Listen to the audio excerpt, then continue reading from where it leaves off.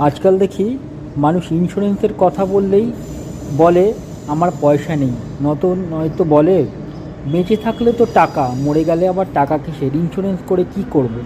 আবার এইসব লোকেরাই দেখি মিউচুয়াল ফান্ড, শেয়ার মার্কেটে কোটি কোটি টাকা, লাখ লাখ টাকা ইনভেস্ট করছে। আসলে আমাদের মধ্যবিত্তের জন্য ইন্স্যুরেন্স যে কতটা প্রয়োজনীয় আমরা নিজেরাই বুঝি না। একবার হসপিটালে গেলে আপনার কিন্তু পকেট শূন্য করে দিতে পারে। আপনি যে টাকাটা লাগিয়েছিলেন ছেলের এডুকেশনের জন্য, মেয়ের বিয়ের জন্য, সবটাই কিন্তু খরচা হয়ে যেতে পারে। আর যদি একবার টাকাটা চলে যায়, তবে আপনাকে কে দেবে সাহায্য?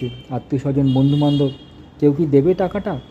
তো সেই জন্য বলি, সময় থাকতে অন্তত 3টে ইন্স্যুরেন্সের কথা ভাবুন।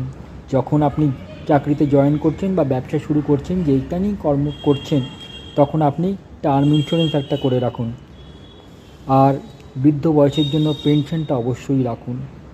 আর হেলথ ইন্স্যুরেন্স সে তো অত্যন্ত দরকার, কারণ আমাদের শরীরটা তো ইঞ্জিন, এই ইঞ্জিনটা যে কোনো সময় খারাপ হতে পারে।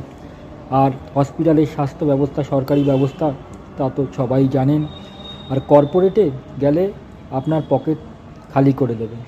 সেই জন্য আপনি হেলথ ইন্স্যুরেন্সটা অবশ্যই করেই রাখুন। ATM card, debit card, credit card যেরকম সঙ্গে রাখছেন, তেমন হেলথ কার্ডটাও সঙ্গে রাখুন। আর সরকার তো আমাদের জিএসটি তুলে দিয়েছে ইন্স্যুরেন্সের থেকে, এজেন্টদের কমিশনও কমিয়ে দিচ্ছে। তো এখন কাস্টমারের স্বার্থেই কিন্তু সরকার দেখছে ইন্স্যুরেন্স করেই রাখুন, কারণ আমাদের স্বাস্থ্য ব্যবস্থাটা দিন দিন আমেরিকার ধাঁচে হয়ে যাচ্ছে। তো সেক্ষেত্রে সোশিও ইকোনমিক যে ব্যাপারটা, সেটা আস্তে আস্তে উঠে যাচ্ছে। সেই জন্য ইন্স্যুরেন্স অবশ্যই দরকার। একটু ভাবুন এবার।